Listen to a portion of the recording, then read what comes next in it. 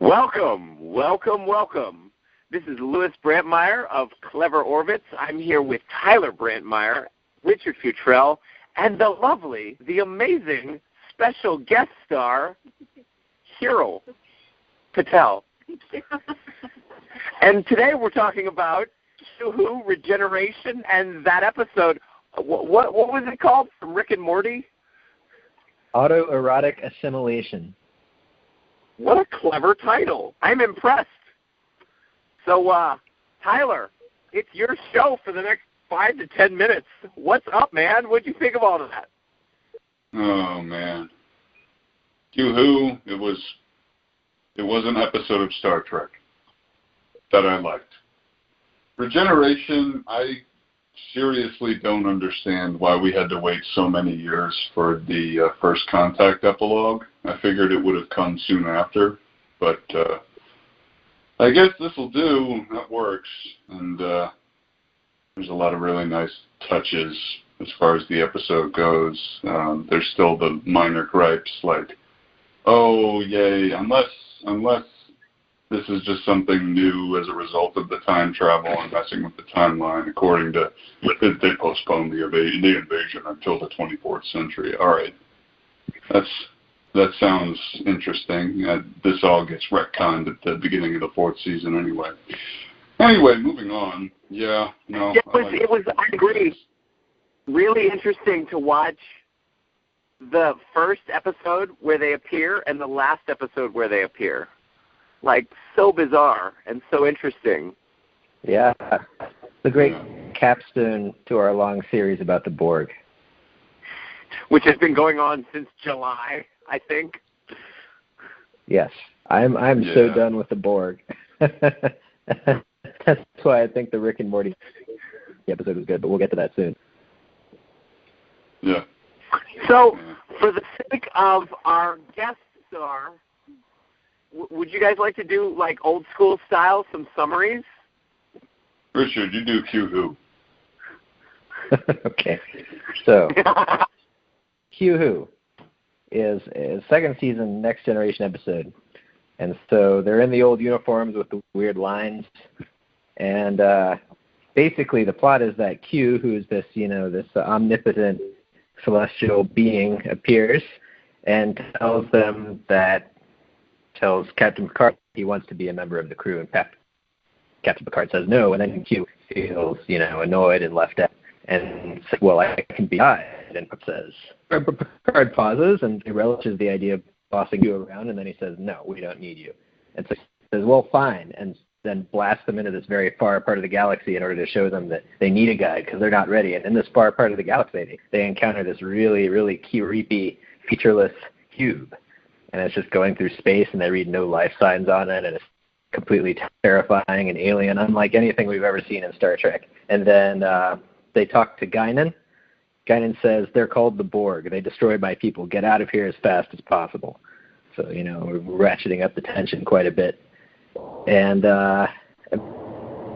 eventually we get some contact. Eventually the Borg beam over to the Enterprise and start messing with the computers, and we see that they're these sort of cybernetic entities and that they adapt to phaser fire really fast, and they're apparently really interested in the Enterprise's technology. They're like these sort of cybernetic locusts. That's how they're conceptualized in this episode. They go from civilization to civilization, taking all the technology. And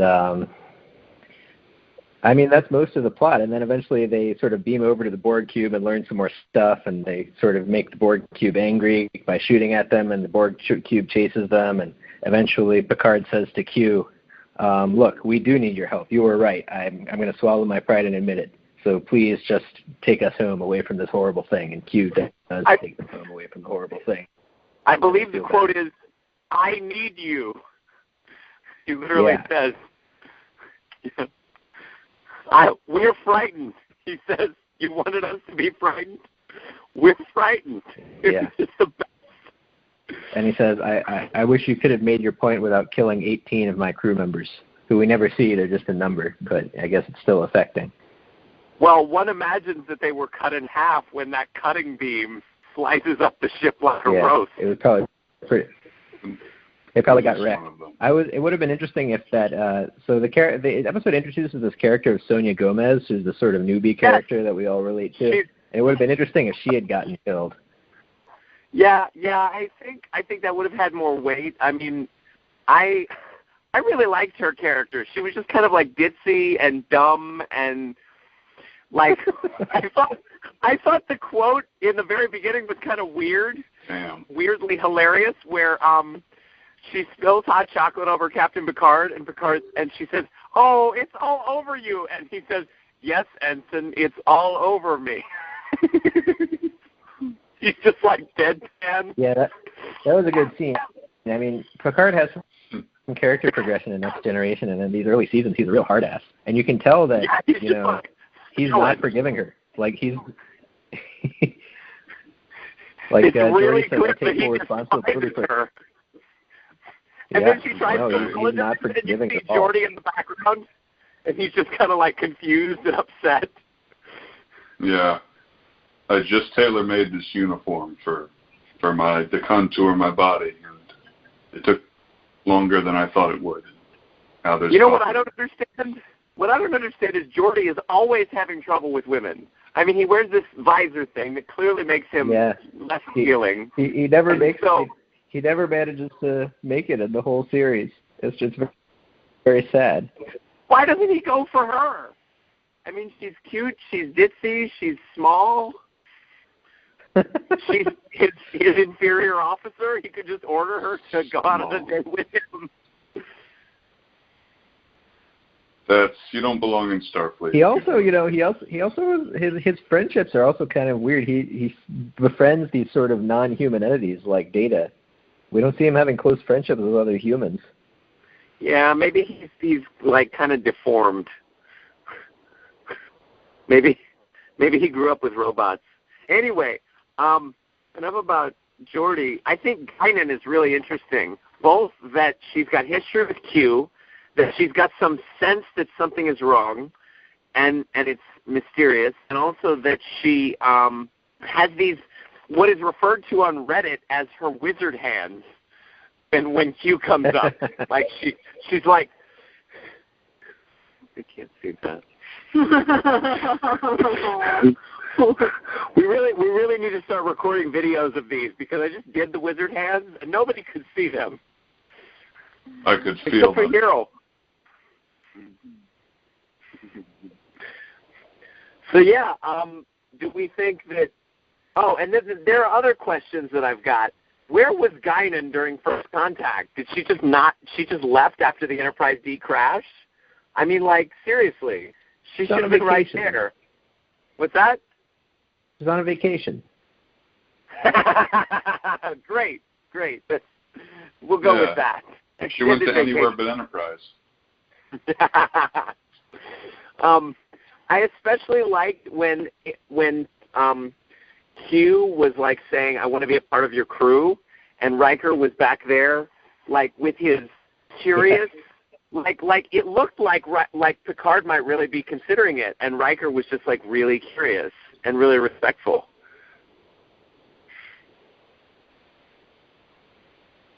Yeah, the interactions in that scene were cool. There's a lot of good character nuance.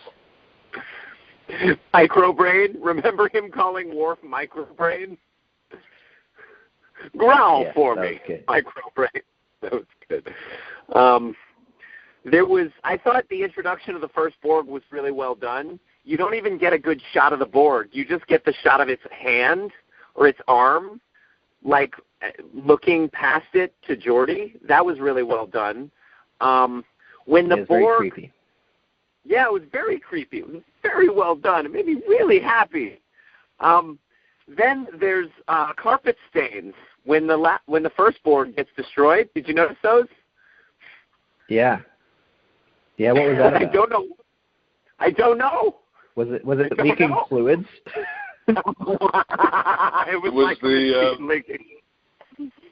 It was the obligatory Borg excretion that occurs as a result of encountering new technology.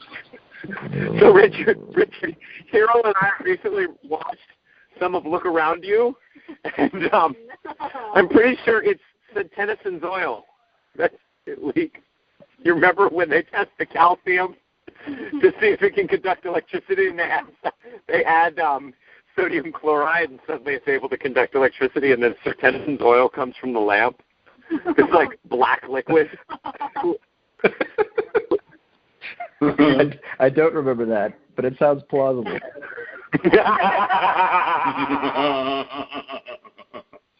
For all of our listeners, doesn't he sound like me? For all of our listeners, we highly recommend Look Around You. Best mockumentary ever. I like, so some of the interesting things about this episode are how wrong, I'm pretty sure, like the main characters are. Number one, Data says there's no command structure, no living section. That much is true. Fine. Well, it's pretty clear. That's how the Borg are. Then we get Guinan, who says they've been developing for thousands of centuries. How did she know that? I don't think she knows that. That's a long time. And then Riker is like, apparently the Borg are born, and right after they are born, they get stuff added to them. He's just wrong, as we know from 7 of 9 later. Borg do not develop in this way. And how did he conclude that? He just looked at the baby and was like, aha, it must be that they're born here, and then he just makes this conclusion out of no data whatsoever. And then he says this weird sentence about, like, they are clearly welded with artificial intelligence implanted directly into the human brain. Yeah. Like, yeah, what? Like, what? He's just making shit up. So anyway, Riker was techno-babbling. That wasn't in the script. Now the only thing I think we actually get that's legitimate, other than the characteristic sounds, like the sounds that are used on the Borg cube, I think those continue for the rest of the appearances. Other than that, is Q talking about the Borg is the ultimate user, right? The Borg want your technology, which we concluded when we went through this last year, if I recall, that the Borg only want people between now and then. And I think they decided that they would assimilate people after their experience with the Enterprise in this episode. Like that it would be valuable to have the information of more people. Maybe, maybe not. Maybe Q was also confused. Maybe Q just was wrong, too.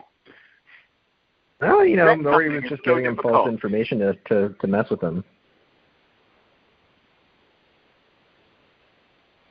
Yeah. Yeah, it's interesting to imagine, like, starting with this episode, what if the writers had gone in a different direction and they stayed with the idea that the Borg are these sort of technological locusts? It's interesting to imagine how that might have gone.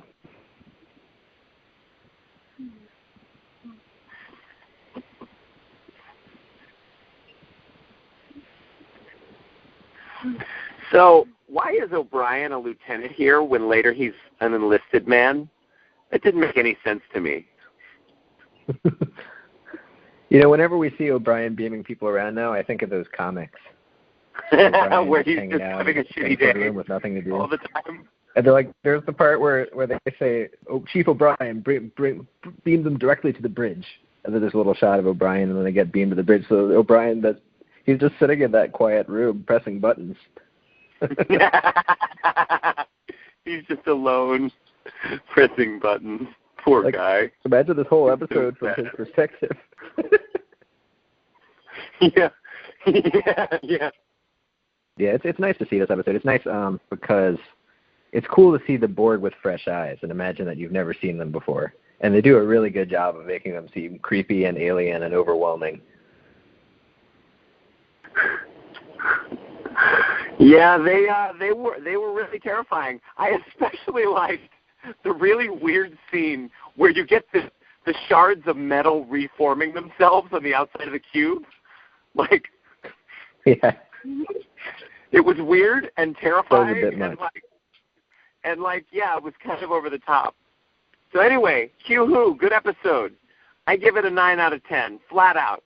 Richard? I give it a 9.5 out of 10. Tyler? I don't really know I can't think of any problems with it. It might be a 10. Yeah, actually, it might be a 10. I'll give it a 9.9.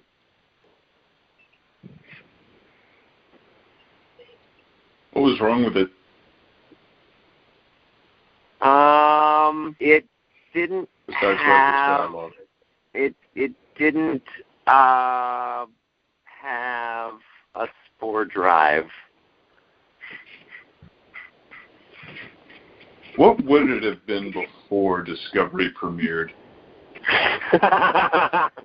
Well, clearly, before Discovery premiered, it didn't have stamets.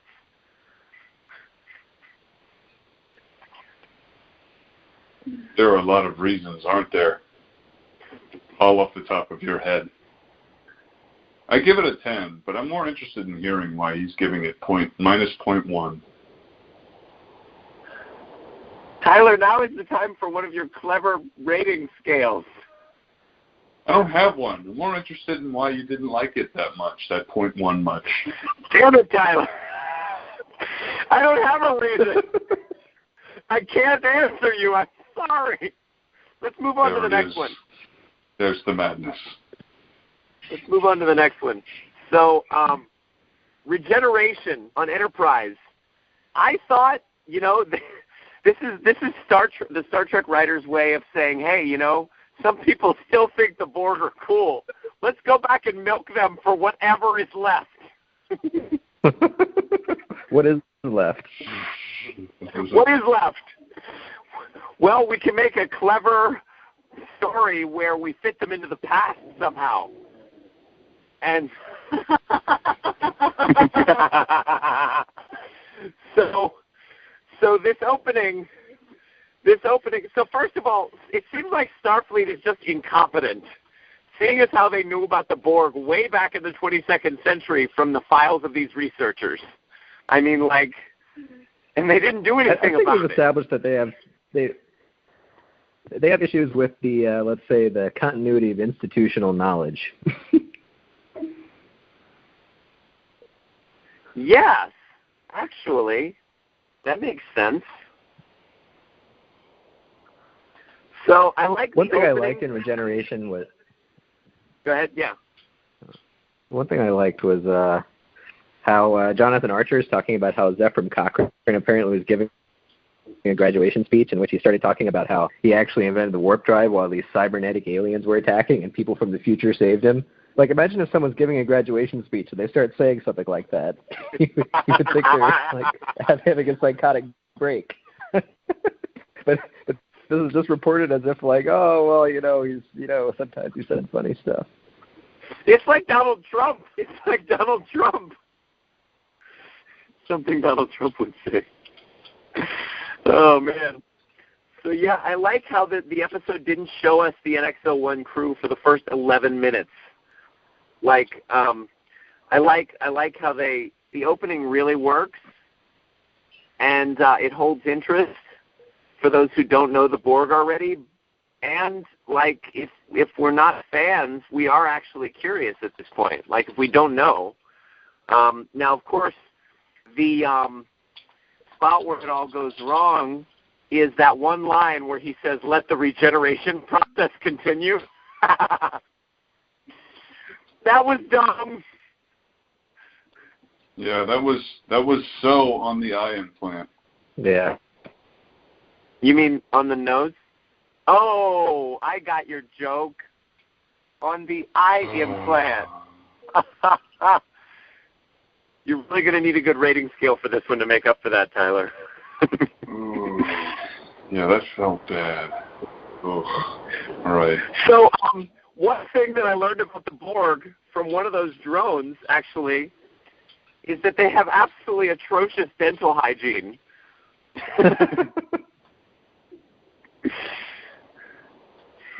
Well, you don't need teeth when you're getting all your nutrients intravenously. True. You don't need teeth. Oh, you know what? And probably the Borg had decided it takes too much energy to remove the teeth, so they just leave them in and let them rot. I mean, the collective has no need for dentists. They don't have any need for any. Maybe that's why the Borg formed, is they really, really, really didn't like going to the dentist.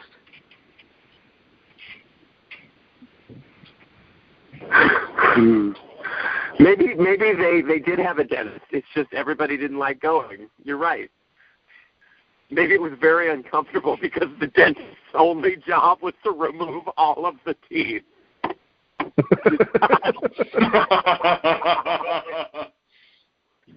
And so everybody just let them decay. Like it's not necessary to assimilate them to remove the teeth, but it is a nice upgrade later on, and so they have to go to a special drone. But they don't like doing that. Yeah, that makes me happy. That's a really nice add-on. I think the episode, generally speaking, was good. It's a decent follow-up on First Contact. It makes a bunch of cutesy visual and other references that make sense to us as ongoing fans. And there's a kind of a drama for the casual new viewer. Like, they don't know what's going on. And it's a fun little outing. It's also scarier when you realize that the Borg that they are fighting are 24th century Borg, and that they are in the 22nd century. And I think Brian Tyler's perfect music was great. Like, it was 10 out of 10 for the music. The episode could have gotten absolutely everything else wrong and would have still had like a 5 or a 6 out of 10 just for the music for me. I think it'll actually be fun to do Enterprise generally, because the people on Enterprise are just so dumb and slow and new to this whole universe. Like there's this one line where Trip is like, I don't even want to guess what that is for. And I was just like, poor Trip, he's so terrified.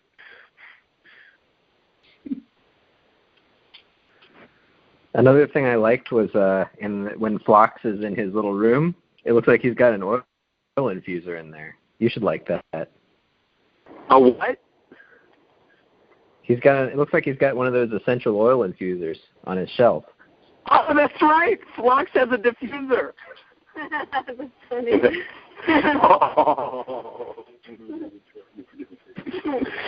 So, I think it's weird. I think it's weird when the Tarkalian assimilates the conduit, and it looks like a replicator is replacing new components. I also think the Borg ship is interesting. It's like a ship of hallways and corridors. It's and then I like how Phlox mentions the binars. It's not really the integration of technology with organic material that's scary. It's how and the proportion of tech versus organic. So, the question of why do certain things get replaced and not others in individuals was another question that I thought was fun and kind of cool to get answered. It's probably because the Borg want the most efficient overall systems, and certain organic systems that we have are just not efficient. Or they're not as efficient as artificial stuff.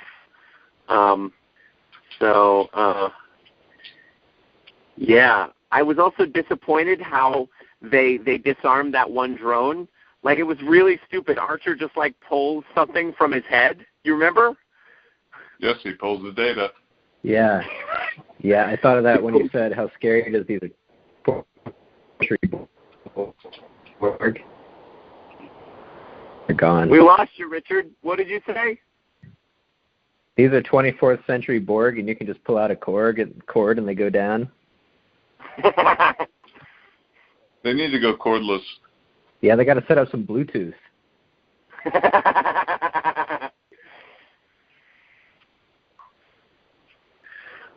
I think Earth is something of note to the Borg and worthy of further investigation, but not a high priority. It's like the transwarp hubs must have been built between the first appearance on Next Gen and mid-Voyager, because they would have just sent a Borg cube by a transwarp hub to assimilate, and they didn't do that here, so they must not have had it. But wait, if these Borg were from the 24th century's second attempted invasion of Earth from First Contact, then wouldn't they have sent more information than just Earth's location? Because they already know that. They know that already. But maybe they want to send the information back in time, I guess. So the 24th century Borg get to go back, so that means now the 22nd century Borg get 24th century Borg technology. So they just get a little 200-year bonus there. Oh, extra information. I get that. Huh. Well, so why don't the Borg just why don't they just constantly send themselves into the past so they can develop their technology faster?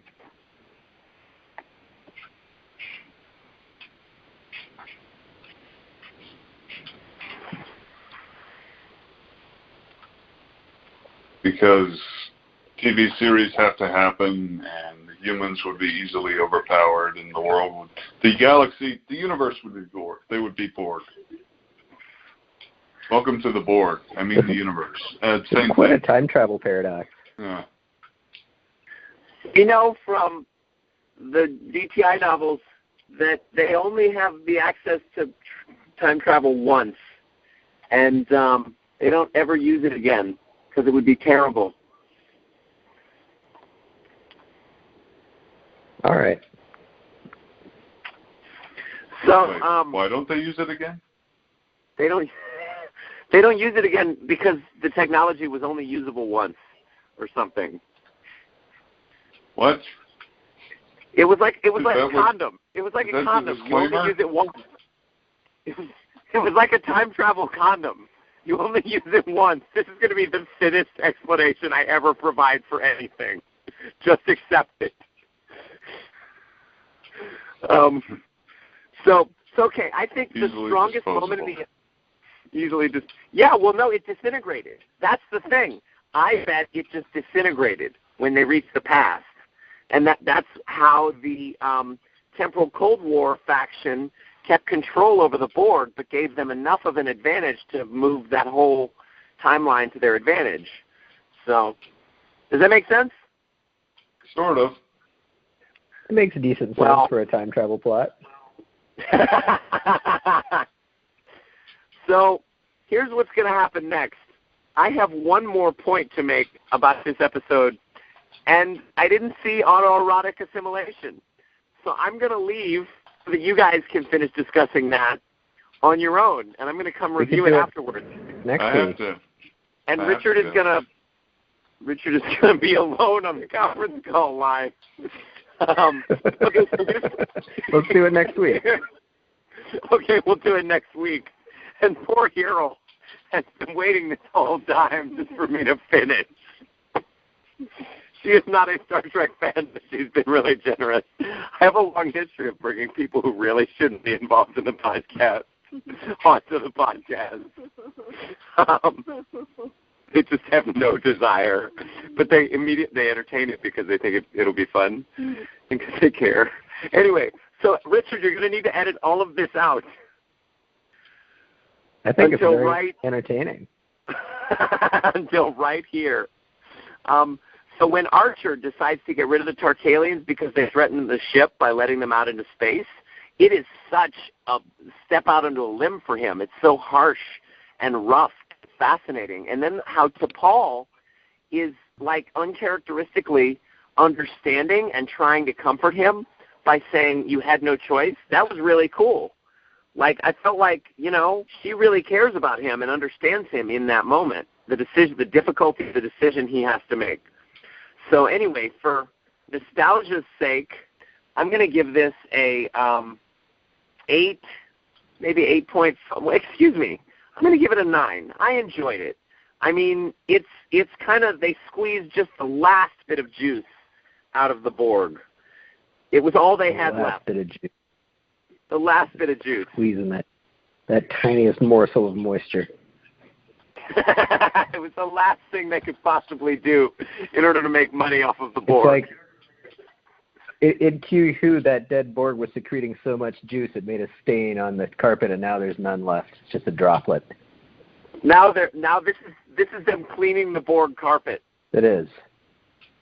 Yeah. So for next week, what we're going to do is autoerotic assimilation and space seed from the original series, the first episode about Khan. Oh, good idea.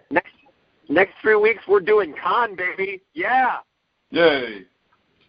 All right. So what are you guys' final ratings on Regeneration? I'd give it a 7 out of 10. It really wasn't very memorable. Yeah, it was kind of a repetition with new characters. It wasn't exciting. Kind of felt like they were checking off a box on a list.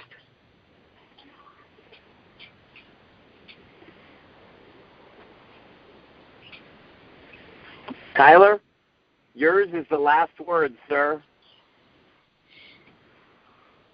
Oh.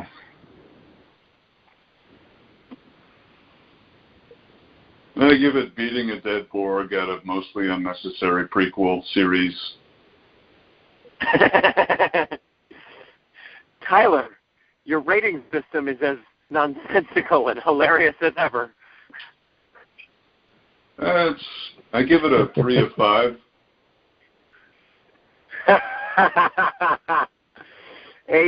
How about you give it a 7 of 9?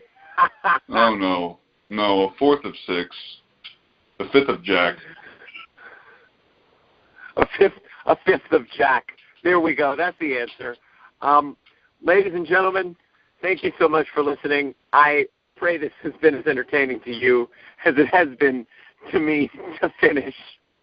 And join us next week for Space Seed and that random episode about the Borg that isn't in a Borg episode of Star Trek. Live long and don't die.